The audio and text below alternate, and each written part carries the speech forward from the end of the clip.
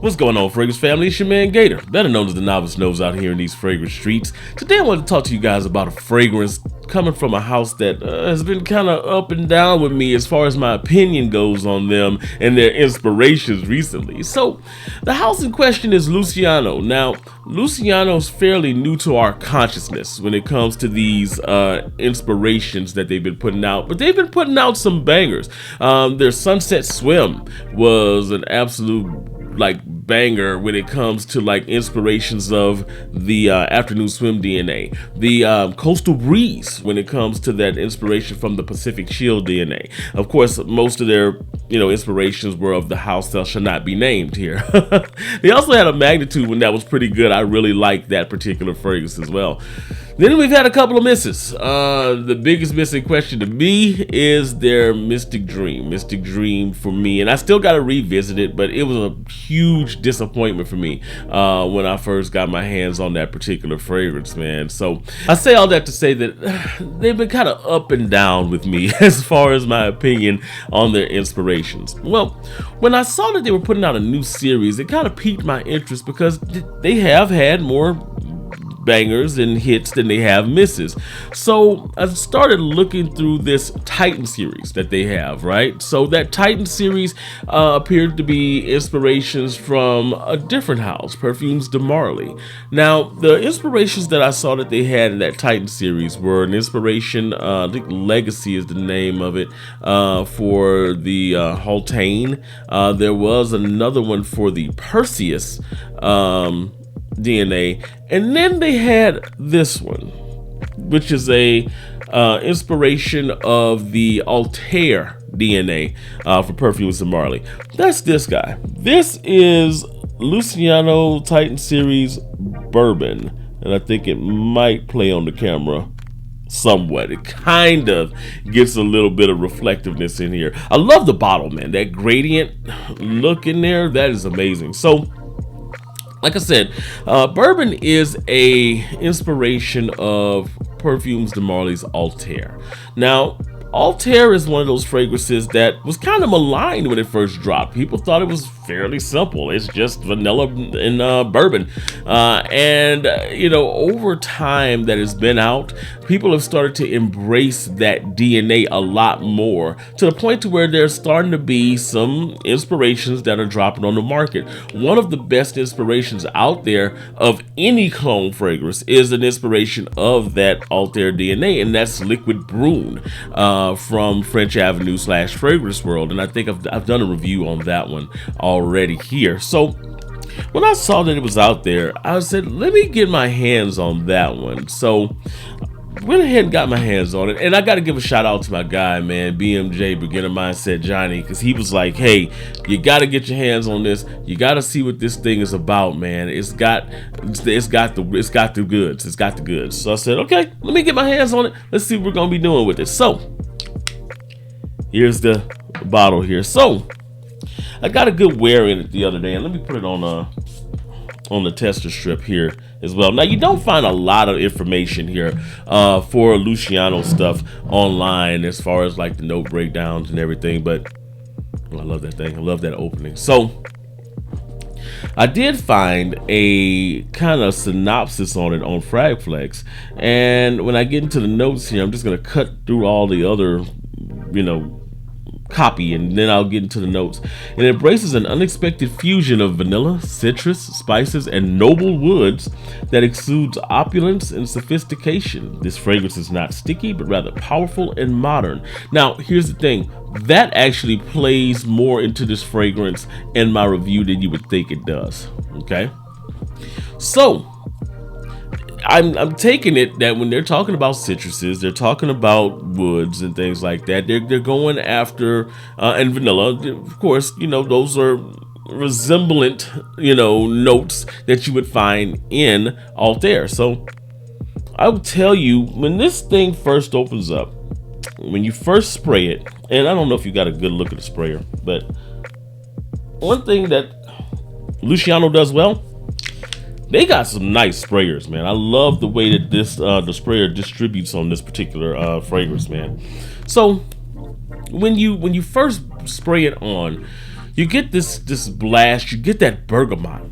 It's bright. It's a bright bergamot, and in that bright bergamot, you also get the those hinges of vanilla and woods that really like rush in. It's boozy. It's citric, but not so much. It's super bright. So it reminds me more of the opening of Althair than Liquid Brune did, only because it has a brighter opening. You really get that bergamot in the top of it that's really opening it up when you spray it.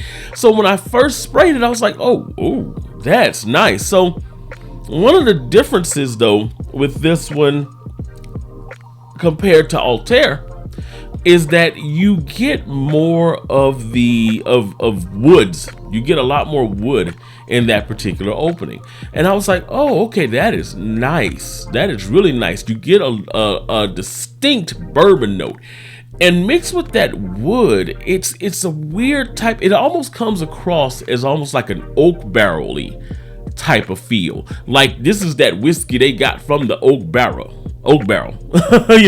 and you smell a little bit of that oak barrel. At least that's what I picked up initially. I was like, this is really well done. That opening, it's not quite the opening of Althair, but it resembles the opening of Althair's, the brightness in the opening of Althair better than the Liquid Brune did when I initially sprayed it. So I mean, and it's not like by a lot, but it definitely hit those bright points. So the entryway was a lot better here with this particular fragrance. So one of the things that I liked about it initially was that it did give a little bit more of that booze. It gave a little bit more of that, like I said, almost like an oak barrel-y type of feel to it. It instantly made this one come across as a little bit more masculine. It made it, this was like sitting at the table here, with a bourbon with a vanilla candle burning. It had that kind of essence to it. It was really, really nice. It did take a slight departure from that Althair and that Liquid Brune type of DNA, but it was a noticeably different and pleasurable detour from it. So I was like, oh, okay, that's different. That's nice. Okay, so it kind of set itself apart a little bit for there. Then the brightness of the bergamot kind of simmers down, and you get a little bit closer to the Althair DNA. And I'm talking about within that first like 10 minutes or so, you lose a little bit of that bergamot brightness, and then you get more into the heart of what Althair is. So one of the things that still kind of crept in the background of the fragrance though was that it still seemed like there was a little bit of this nuanced woodiness that's in there. Again, I attributed it mostly to, okay, maybe they're going after kind of an oak barrel-y type of sensation here with this particular fragrance.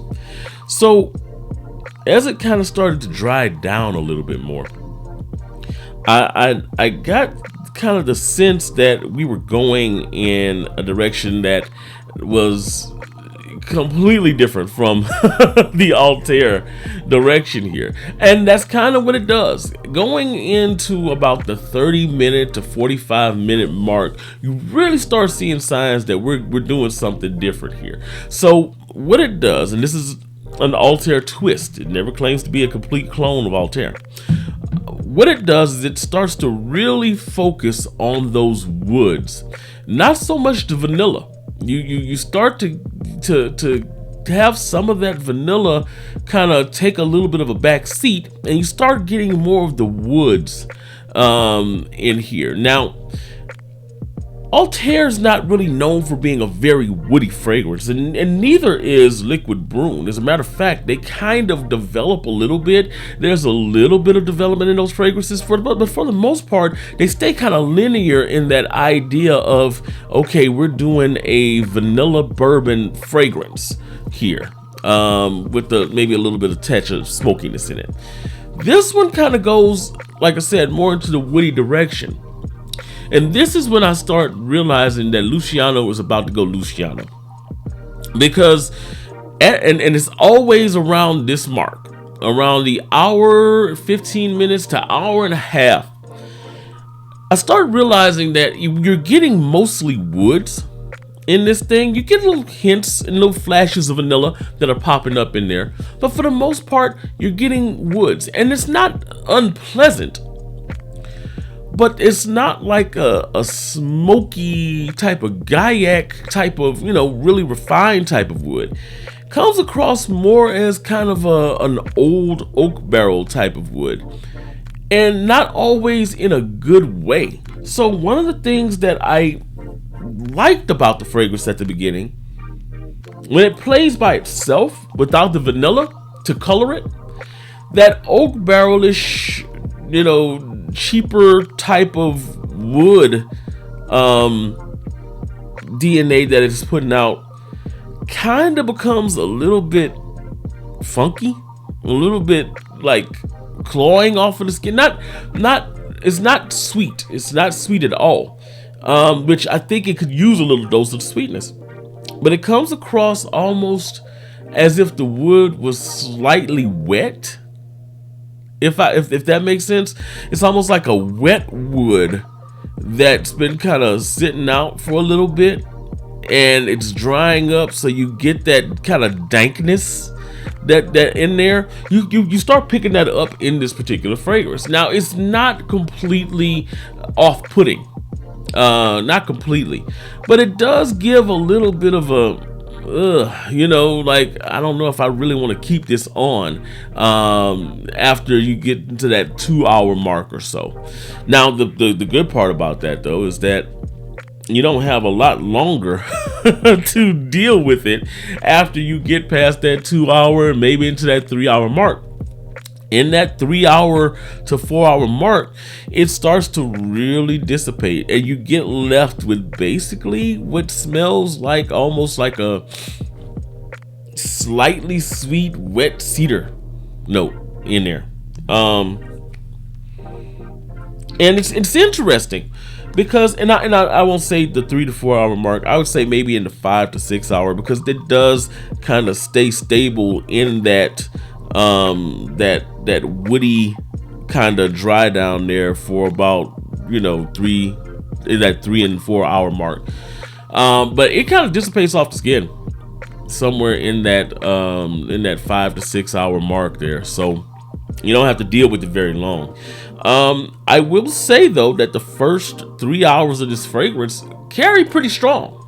I think that it does give a good bit of a twist from what Althair is. It gives a more masculine version of that DNA. That wood actually comes in and really, like I said, gives it a little bit of a masculine edge. I know to some people it's kind of off-putting because of it, the type of wood it is, but I think it blends better with that bourbon and vanilla while it's in there. But when the vanilla starts to dissipate, that's when it gets a little bit danky, and that's when I think people have the problem with the way that it presents itself. It's actually a pretty good fragrance here if you just want to spray it on and get out there and get on the go, or if you have an event that's going to last you for maybe a couple of hours. It will present pretty well there. It'll get, like I say, into that woody dry down, and it's not bad. It's actually, for the most part, pretty pleasant in that first 2 to 3 hours. Like I said, it's when you get into that 3rd hour or so when you start getting like those little whiffs of dankiness that start coming in, and I think that's because that vanilla for the most part dissipates and kind of hides the deficiencies in those in that wood. I think it actually just kind of comes down to the chemicals that are being used. I think that they're a little bit lower quality as far as the chemicals, and I think that's why it kind of plays the way that it does. Overall, I wouldn't say it's a bad investment, especially for the intro. If you're looking for it to be just a great interpretation of Althair, from beginning to end, not your puppy. This is not it. But if you're looking for something that's gonna kind of give you some of those aspects of Althair that you like, with a little bit of a twist into a masculine direction, this might actually be something you look at getting into, man.